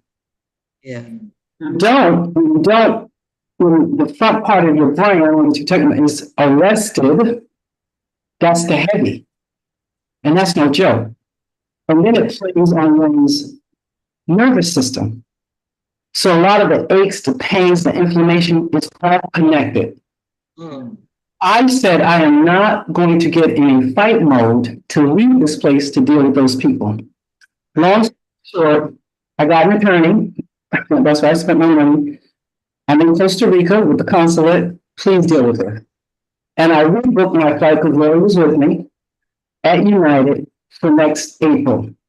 And I pray by that time I'll be able to, like, and get in there. But you do, the frequency goes up. Your guard, it's a different mindset. Now the adrenaline, the cortisol, right now your disposition's changing. It is, we're a byproduct, all of us, of our environment. So it's true, you do feel it because you're letting it down. All the stuff we've been carrying, especially as Black women. So Yeah. I'm going back, Charlotte. Okay. Okay. Anybody else want to share about how often you go Good. back and how it feels? Who's that? Okay, go ahead, Norma. I have probably been back more than anybody. I have Okay. been back 5 times. And the last time I went back was such a relief because I went back to sell my car. That was a decision for me. I said, I'm staying in Panama. I do not need this car. I'm going back to sell the car. And I shipped my last box. And that was such a great feeling of detachment. Yes. Detachment. Yes. And I knew the tension I was carrying because my niece is my jewelry designer and she had created earrings for me. One that said boat, the other said Harris on each side of the earring. I would not wear those earrings when I went to sell my car because I did not know what I was going to confront. Right. I did not wear those earrings when I went through TSA to get on the plane because I did not know what I was going to confront. And living under that type of stress and tension and being confronted by it. I remember going to Dr. Duncan, who's a doctor that a lot of us use here, and it's part of Black Expats in Panama recommendation. Dr. Duncan says he gets so weary because of the amount of us that come in on so many medications, under so much stress, with so much anxiety.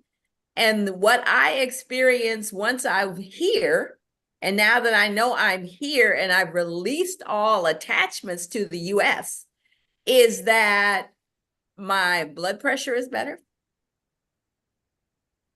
I am much more relaxed. There are things that I used to be angry about. I'm not angry at them anymore. I had started snapping.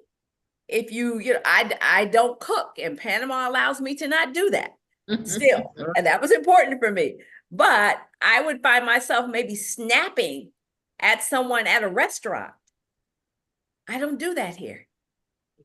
So there is that gradual release of the pressure that comes, especially for me, once I realize that I have released all attachments other than friends and loved ones.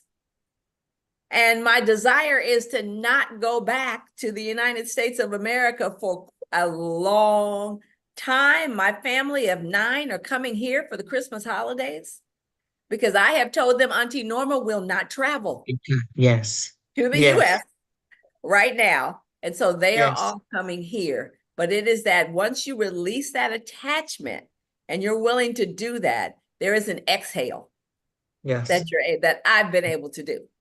Yes. That's true. Go ahead, Miss Teresa. I just want to say, I am here in North America now. I have a daughter and son-in-law that live in the Charlotte area. And the difference, when I got off the plane in Charlotte, I had to build myself up. And I had to recognize that I was going to be in the South, and there were going to be certain things that I was going to be exposed to.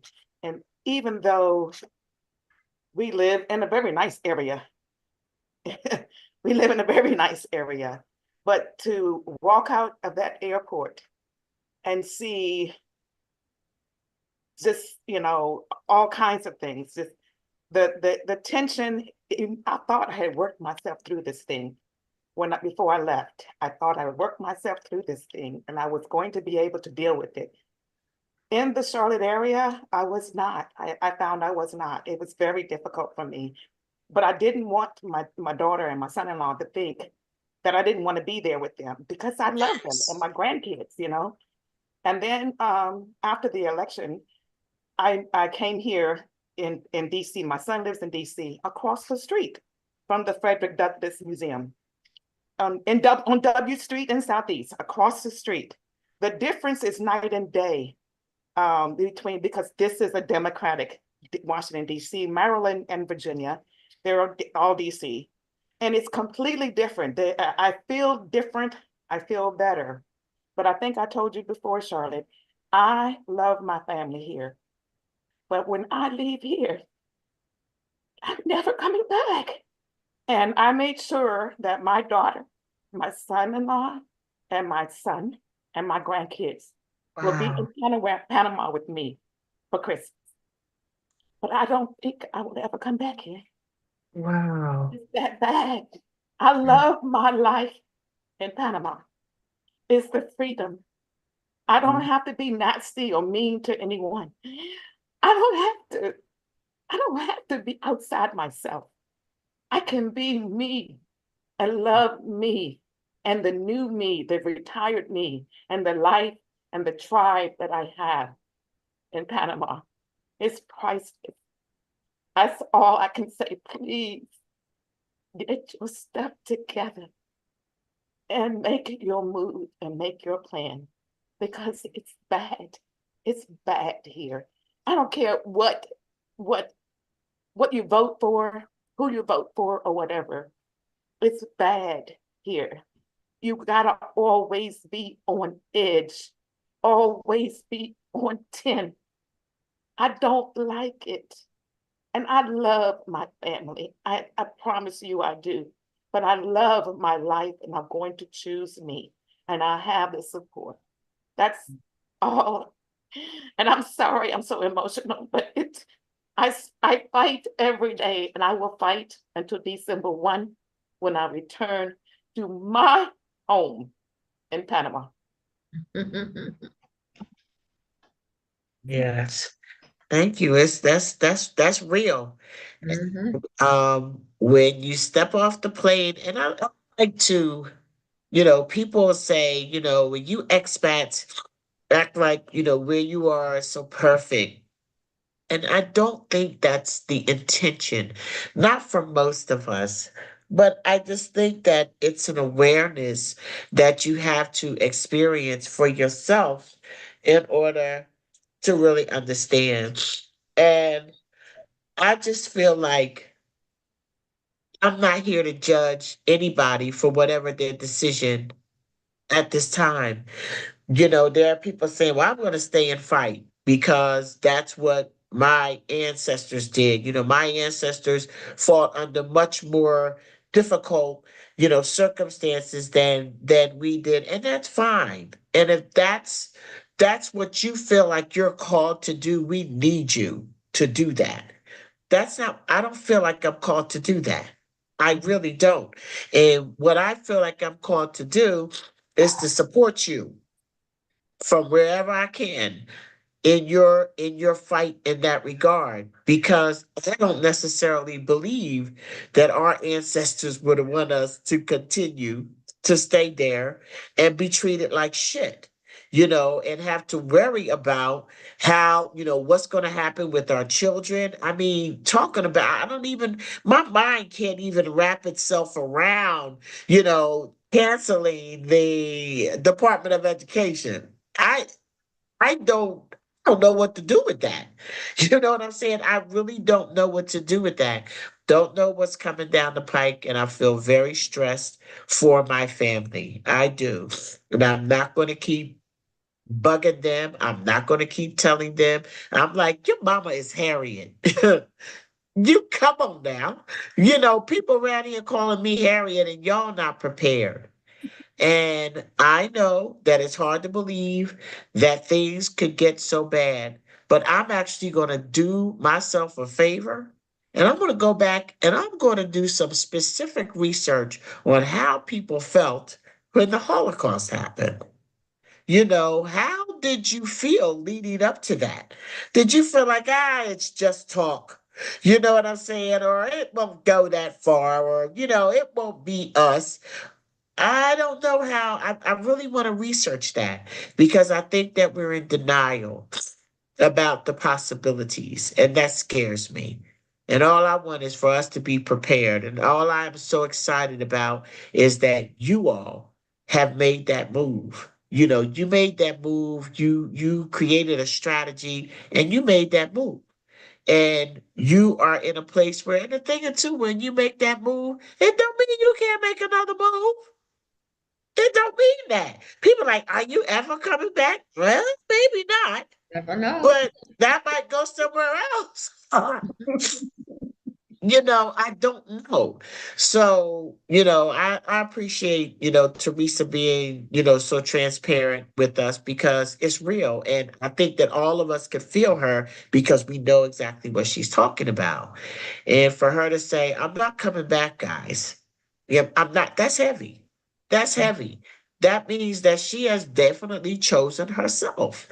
And y'all can see me. Y'all need passports. If y'all want to forward Nana, Nana and Papa and them, y'all need passports. That's it. And for everybody that's out here listening, if your kids and your grandkids and people you love don't have passports, then that's the gift that keeps giving. And we need to go ahead and make that happen because that is the first of the choices. Is there anybody else that wants to share anything? We get ready to close down. I'm gonna hit I some of just these want to say this questions real fast. right quick, Charlotte, which is when we talk about our ancestors, my belief is that our ancestors fought for our freedom. Yes. Freedom does not mean, I don't think they fought for us to stay in any place. For a fight. They fought for freedom. And what we have exercised by coming to Panama is freedom. Freedom of choice. And that's what I believe my ancestors wanted me to be able to do, is choose for myself. Kids. People feel strong. I mean, sometimes you get that sense, from certain Panamanians, like, oh, you poor thing, it's so bad for you guys in the United States. Listen, don't cry for me, because I'm here. I'm here, baby. I am here, no matter how hard it's been for us. And it is well documented how it has been systematically designed to be hard for us. We have still risen above all of it. Okay, we have still been able to position ourselves to where we can have some choices in life. So don't cry for me, okay? Because I'm doing my thing. Understand? I'm doing my thing. I'm okay. And I'm in a space right now. I mean, my business is just amazing. There are other people on this call that have businesses that have networks. We're creating new things. We're finding new creative stuff about ourselves. Listen, don't cry for me. It's gonna be all right. It's gonna be all right. I said what I said. So as we get ready to go, and I'm gonna hit these questions real fast, but let me just say this. Is there anybody that wants to give any piece of advice for any seasoned sister, and there's some younger people on the call too, which I'm going to address, that decides to make this move? What would be your advice to them? I will speak again. I would like to say, because I've seen so many requests about, I want to move now, I want to do this, I want to do that. I want to say, please do your own research. Make your own plan, work your own plan, and don't rely on anyone or anything to make your own life decisions.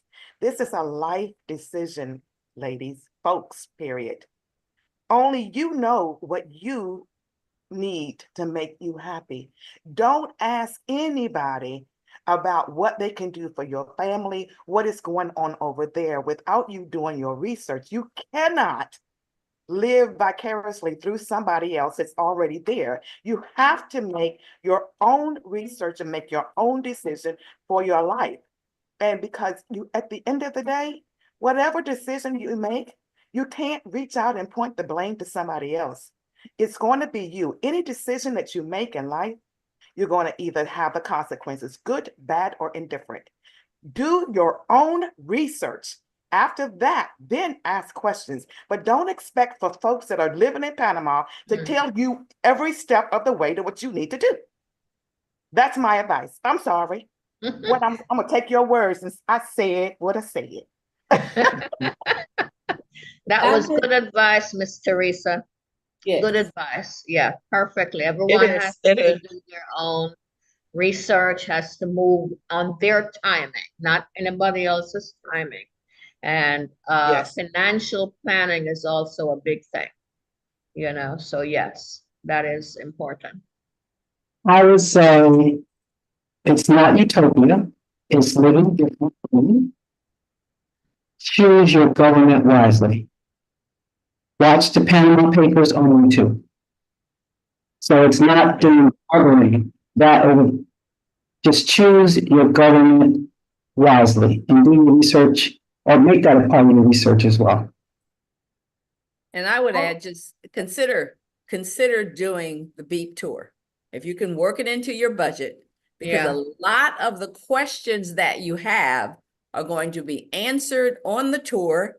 You have experts, you have all the professionals, they'll talk about insurance, they'll answer your questions regarding medical and healthcare. All of that is included in addition to the cultural aspects of the tour, which are phenomenal. So there's so much that you'll get out of just doing the tour.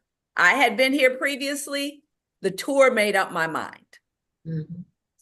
I could say, please, like, I moved site, and well, I had made up my mind before coming to Panama, but that is not the best route to go. It might not work out for other people. Please come on the BEIP tour, see Panama, experience Panama for yourself, because people have YouTube videos, but you can't really get the real idea of Panama and whether it's for you until you come to Panama and experience Panama. I can't stress that enough. I just knew me, and I know that I can adjust because I've lived many different places. But again, I could have, please just come. Yeah. Yeah. Yeah. And Thank that's you, what, guys. that's what I echo. That is when I completed the tour with Charlotte there on the Black Expat tour, I extended my stay and just kind of, you know, got a feel for the place, you know, outside of the tour, you know, go to the market, go to, you know, just go to places, or go to places that you wouldn't normally go to, you know, at home, a hardware store, a grocery store, you know, just to see the lay of the land, you know. And so I would extend my stay. I mean, because it's not all or nothing. You don't, you know, I just have to move here and just, you know, all in that, just take baby steps, you know, just see how it feels, you know, how you feel here outside of the tour or beyond the tour. Right. Give yourself some time. Yeah. Thank you. Anybody else? I just want to echo what Lori said about moving here. I did it because I knew this was where I wanted to be, but when I took the tour, it confirmed everything for me. And I'm so glad that I took it because it gave me the best introduction to the country and what I knew was going to be my new life. So the tour really opened up me to what I was going to experience because we did the 5 days on the tour and then I stayed another 5 days to see if I could do it on my own. Mhm. And that was the best decision that I could have made. And I knew me and I knew I could make the adjustments. And that was what sold it for me. So I encourage everybody to do the tour. Charlotte is going to treat you really well. Oh, yeah. Yes, she does. You know, y'all my people. That tour is for you, by you. Go ahead, Miss Cheryl. I just want to say, I am, I didn't look at Panama. I was looking at Ghana twice in Jamaica, COVID hit, and someone suggested Panama. And he happened to be one of my three brothers in DC across from Howard, who was Panamanian, and that's how I met you, Charlotte. I don't know who Jackie and I didn't know anybody that was doing tours. When folks said they did their research, I came in 2022, stayed in 2023, came back in 2024, and moved. And when he said, check out Panama and check out your YouTube channel, I did. International Magazine, and I did with you. We talked for an hour and a half, and did it. And the more I started to pursue it, the easier it got. So, Yeah. so like, if anybody said Panama, I'm thinking Panama City in Florida. What are you talking about? So Panama, when people ask me why did you choose Panama? Panama chose Cheryl.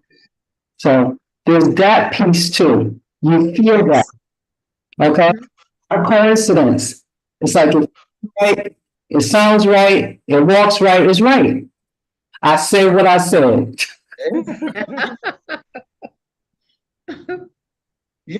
What you said. And I just want to say that, we are Black Expats in Panama is a Black owned, Black operated business. And when my sisters come out and are so supportive, I mean, all of y'all, there's nothing that I can't ask of you that you won't at least consider. And I think that it is so much more than a tour. It is a family. It is a family. You fall into the family. You keep in touch with the people that you have met before. It's never about your money. It's never about me getting your money. It's about me being able to provide you a safe space to explore. I want you to feel safe when you come here and your support. We not hoity-toity and we not bougie in Black Expats in Panama. But I will tell you something that makes you all very unique is that you are very conscious. The Black Expat in Panama person that chooses this tour is a very conscious person. And when y'all come, we have to be ready for you because y'all not dealing with no fluff. Y'all gonna ask questions. You ask hard questions for those people that want to bring their kids, and I tell you, you can't because we are trying to make life decisions here. And guess what? We need our focus. We need our focus. We need to be able to have grown folk conversation. Okay, Cheryl, we need to be able to have grown folk conversation. We need to be able to be in the room with each other so that we can help each other to do what this thing is that we're trying to do. And I just want to congratulate each and every one of y'all for being the Harriets in your own right, for to bring that legacy. What's so important is that our kids, our families, know that this is possible. My Yeah. auntie, my mama, my sister, she did this. It can be done. When people first start coming, when Black people first start coming on this cultural relocation tour, we were fearful. We were fearful. Now, 3 years plus later, and all these tours later, it's a different situation. And I'm just proud of y'all because you're leading the way and you're doing it with the grace, the beauty, and just the magic that is us. Period. Period. Yeah. We get ready to close out. Okay, I just want to say thank you to Theo, a friend of mine, a very good friend of mine who's been retired for a while from USLD, came to visit us. And so much so, she's one of the first that she'll be back in January. But Theo, he customized the tour for us. And so it was just really the two of us. And she was so taken in by it. Met Dr. Duncan, he put her on some display, she'll be back for that. Bonded with the driver. And so when she comes back in January, she's going to stay for 14 days. She stayed for 5. And we encouraged her, Gloria met her, Cornelia met her, the whole Black Expat that woman met her. And, we think we convinced she's going to come and get a residency. Just stay, do what you got to do, because she can come and go as she pleases. But she came here, she knows about your tour. We enjoyed that cultural piece. And I learned about the two different levels here. I had to get that out. Like, what is with the diablo? You know what I'm saying? Coming from the Black. So we explained it, and he literally took us to 2 different levels and explained the difference. And, one group sings and how they celebrate, how the devil didn't hit them, and how the other group, so I was like, okay, that was like worth his weight. So I just want to say thank you to me and Thank you, Cheryl. You're still a little bit muffled, but we got the love. we got the gist of it. And thank you. Thank you very much for sharing. Listen, guys, before we head out, let me just address a couple of these questions. Okay. We talked about the relocation services, 1750 double occupancy, taxes. Yeah, you need to speak to your tax professionals. You definitely need to be compliant in the US and in Panama. So especially if you have a business, you definitely want to speak with professionals about that. I cannot speak to taxes. Medicare, national health, I think we talked about that. It doesn't really work here except for in emergencies, right? Maryland? That is correct. Okay. Panama City is loud 24/7 like Mexico City, or does it settle down in the evening? Well, it depends on what evening it is. And it depends on if somebody want to do firecrackers, okay? Panama City is organic. Sometimes I'm like, what is going on? You think, what is that? Somebody just decided to celebrate. You know what I'm saying? Like the Independence Day, there was huge commercial fireworks at 5 a.m. Wake up. It's Independence Day. You know what I'm saying? So that is a thing. I definitely suggest that you stay in the city, a couple of nights, make sure some of them nights is a weekend, and see if it's something that you can deal with, because it is one of the complaints that some people have. There is no backup list, I'm sorry, for the 60 plus tour. The 60 plus tour is just something that we just really, it's an extraordinary thing that we've done for a maximum number of 60 plus women. And there is no backup. You are more than welcome to join our Black Expats in Panama Cultural Relocation Tour. which is going to be, you're going to meet other Black women 60 and over. You can always stay extra days, guys. If you come on a Black Expats in Panama Cultural Relocation Tour and you decide you want to stay, you want to see Boquete, you want to spend a few days hanging out at the resort, all of that can be arranged, and we can help you with that because we want you to see and experience as much as possible. So please do, if you have any questions, just holler at your girl, let me know. Cell phones, it works kind of like they work in the States. It says, do you recommend buying a phone in Panama? No. Do y'all agree? You recommend buying a cell phone in Panama? You don't have Not necessary. You don't It's not have to, it's not necessary. They give you an eSIM. My phone has an eSIM, same phone from the US. Yeah, I prefer phone buying my number. phone in the US. I Yeah. prefer buying my phone in the US. I've continued to keep my provider in the US. Most providers now allow you unlimited, data. Might be a little bit slower, but yeah, no, I keep my phone. And they're a lot, and I think iPhones are a little more expensive here too, right? They are. Mhm. I have an iPhone here that I bought from the US. I just get a Tigo card and it works well. Yes, I prefer that. I Yeah. do have one thing I want to add, Go though. ahead. I was told when I opened up my bank account at Banco General that I needed to have a Panamanian number. And so No. that's the reason why I bought a Panama phone.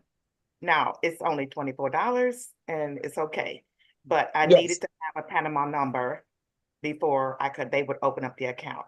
Really? Something See, to it's a good thing to have a Panama number. I don't really use mine that much, but there's also having a Panama number gives you access to the YAPI system too.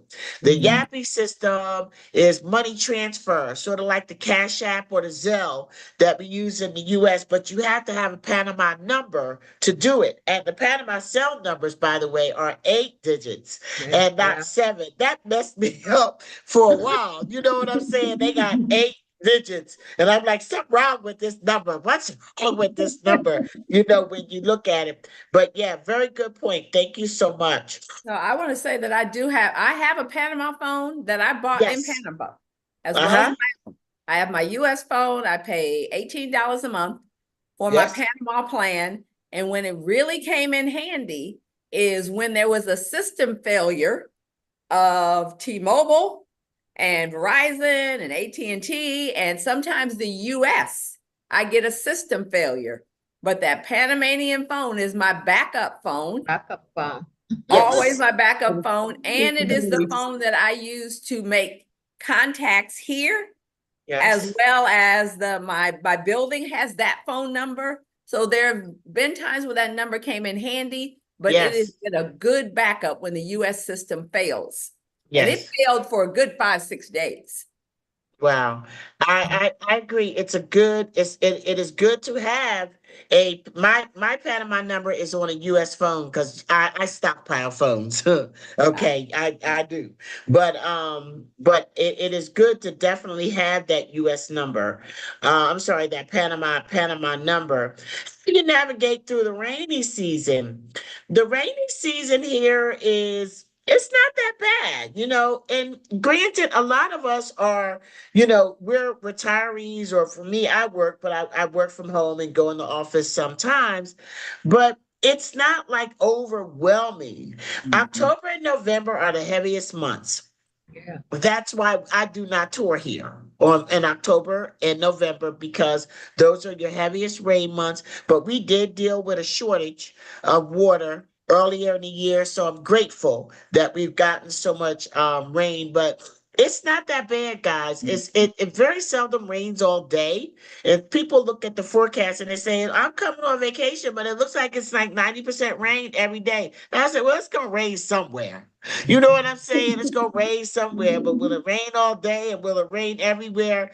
No, so it's not that bad at all. Rainy season is basically May to December, right? May to December. From January or from December to May is more dry. And the wettest months is October and November. Is it advisable to keep your money in the US bank as well as to obtain a Panama bank account? You know, look at here. On most days, used to be, I would be like, oh yeah, baby, you definitely want to keep your coins, in the US. I just don't believe in separating ourselves completely anyway. You always want to have some money in the US. You want to keep those financial ties in the US. But actually, right now, I say pay attention. Keep your eyes open. We're going into an unknown chartered territory for us, for a lot of us. And, it could be a money grab. And I don't know. I just say watch yourself. Watch yourself. You definitely want to have a Panama bank account. When you come here, you definitely want to have a Panama bank account. Yes, indeed. What about young people? Or say, I'm a 75-year art teacher who still has to work.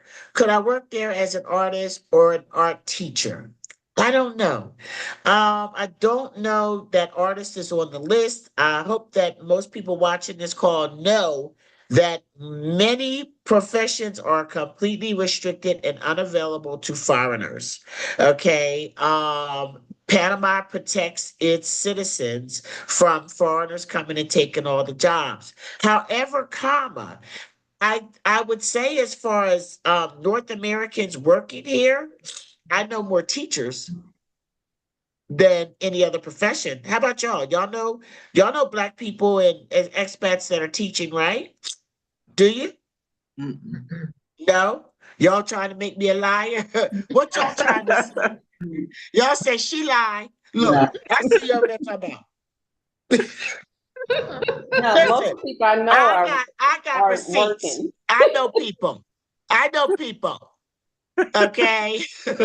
Norma said, okay, Charlotte. So, there were two people that used to rent my home that were from Fairfax, Virginia. They taught over here at the international school. So if you're talking about teaching, especially at one of the private or international schools, I think that's something that's very available. You just want to check into that and make sure that you can do it. And then young people with school age children who are not retirement age, or what do they do for work? Well, I think that a lot of them are sort of like digital nomads. I think a lot of them have connections to the United States, where they work from home. They have that flexibility. Other than that, you can come in with a visa when you get a corporate. When you get a corporation, and that might be a way to do it too. I say consult with an attorney, and I will consult with an attorney and ask, what options do I have? That is going to be your best case scenario. And then you could also go to Facebook and join our group, Black Expats with Kids in Panama, and ask in that group, because that group is specifically for Black expats who are here with children. And that the demographic of people coming to Panama is changing. So a lot of us, we come to Panama because Panama's amazing, and the benefits for pensionados is very good as well. But there's other benefits that younger people are starting to embrace as well. And as they start to build their community, and there's different communities and pockets in and around Panama City. I think the people with the kids kind of really like the suburbs. Panama Pacifico, Brisas de Gulf Norte. Those are places that got, good school around, especially Brisas de Gulf Norte. Few good schools here, and Costa del Este. I think they got good schools over there too. Let's see. Harriet Tubman has been honored with posthumous promotion to general 160 years after heroic military service. You are the General Harriet. Oh, that's so sweet. That's like the highest the highest compliment. I wish I could live up to it. Is it possible to start the pension out of visa before arriving in Panama? Yes. I'm going to put a link in this chat, and you can all email me too at info. Send it to info@blackexpatsinpanama.net with any of your questions that you definitely need answers to. I say consult with our attorney, Prime Solutions Tax and Legal. They will give you a complimentary Zoom. Thank you, ladies, for being trailblazers. Thank you guys for your support and for watching. And as somebody said, Teresa said, I just want to share what my two beautiful grown adults told me. They said, Mama, you did not raise us to be survivors, but thrivers, and you are our shero. That right there, Tito, get me a tissue. Baby, that's sweet right there, baby. That's sweet. I love it. I love it. So they're looking at you like this is possible. This is possible. One of my daughter's friends saw me in an academic presentation on the same slide with James Baldwin, Marcus Garvey, Mary Shad, and another a Ghanaian leader and they were talking about people leading people outside of the country. And somebody said, "Girl, why I see your mama there?" I was so proud and so proud when your kids when your kids are proud of you. And thank God that I wasn't up there for something else, because back in the day, you understand, thank the praise God from whom all blessings flow. That I wasn't over, and I wasn't on that slide for something else. Nothing but the grace of God. You can get an international plan in addition to your regular plan. You talking about the phones? Okay, so listen. That's it.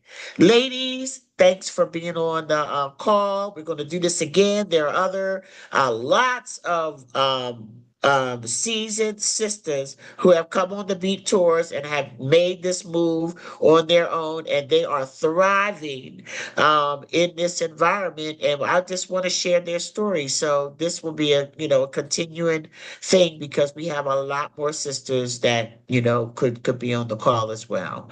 So listen, for everybody that watched, good night. I want to thank Norma right now publicly for being such an amazing volunteer with the Black Expats in Panama B2B network. She is amazing. That's the other thing. We bring so much to the table, y'all. You know what I'm saying? We do. And Norma, I do appreciate you. Tracy, I appreciate all that Daiquiri 23 is doing to make this event successful. It will be going forth tomorrow. Please do not show up, because there are no walk-ups, but we will be sharing as much as we can about how to win at business in Panama. What? Time out. What? I have a conflict, and I won't be there at 10. I was going to pay at the door. You said what? Okay. Slow down, Cheryl. Just slow down. Don't holler. Just slow down and say what's on your mind. Go ahead. Say it. Okay, that's better. I have a conflict tomorrow morning, and I've been trying, well, not trying because I didn't, but I've been meaning to text you. Yes. Or don't laugh. To let you know that I'm coming to support everybody, but I've got to do something from 9 until, I would say, about 11. And then I was just going to pay at the door and stay for the rest of the day. I outed myself in front of everyone because I know this protocol.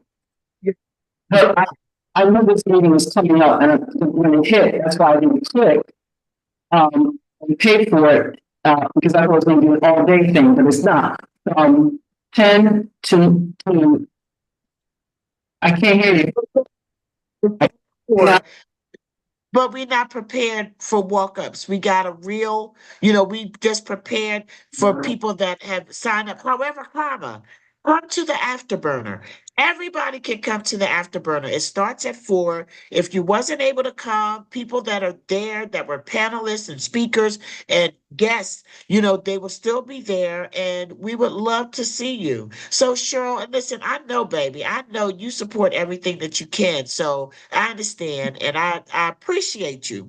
But we will be sharing as much as we can. But I'm gonna let y'all go, okay? I love you, I love you, I love you. And there's just nothing you can do about it. Kisses. Thanks, everybody. Buenas noches, mi hermanos. Okay. Buenas Adios. noches.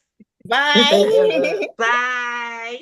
Thanks, Thanks, Karen. Karen. You're welcome. Bye-bye. See you soon.